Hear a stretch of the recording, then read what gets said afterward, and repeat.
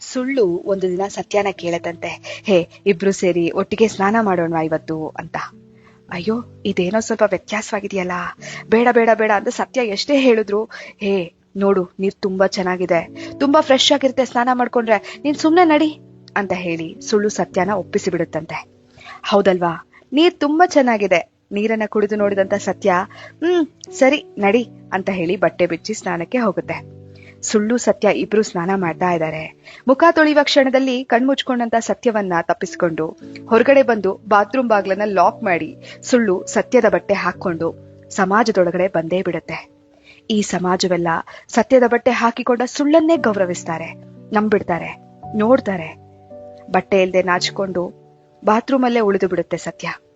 ಹೇಗೋ ಆಗೋ ಈಗೋ ಮಾಡಿ ತಪ್ಪಿಸ್ಕೊಂಡು ಹೊರಗಡೆ ಬರೋ ಹೊತ್ತಿಗೆ ಸಮಾಜವೆಲ್ಲ ನಿರ್ವಸ್ತ್ರವಾಗಿರುವಂತ ಸತ್ಯನ ನೋಡಿ ಅಸಹ್ಯ ಪಟ್ಕೋತಾರೆ, ಬಹಿಷ್ಕರಿಸ್ತಾರೆ.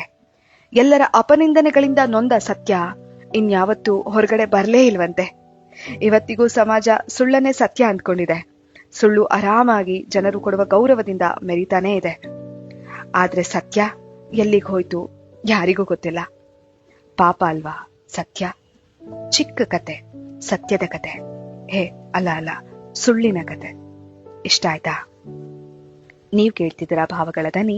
ನಾನು ಕನ್ನಡದ ಅಪ್ಪಟ ಅಭಿಮಾನಿ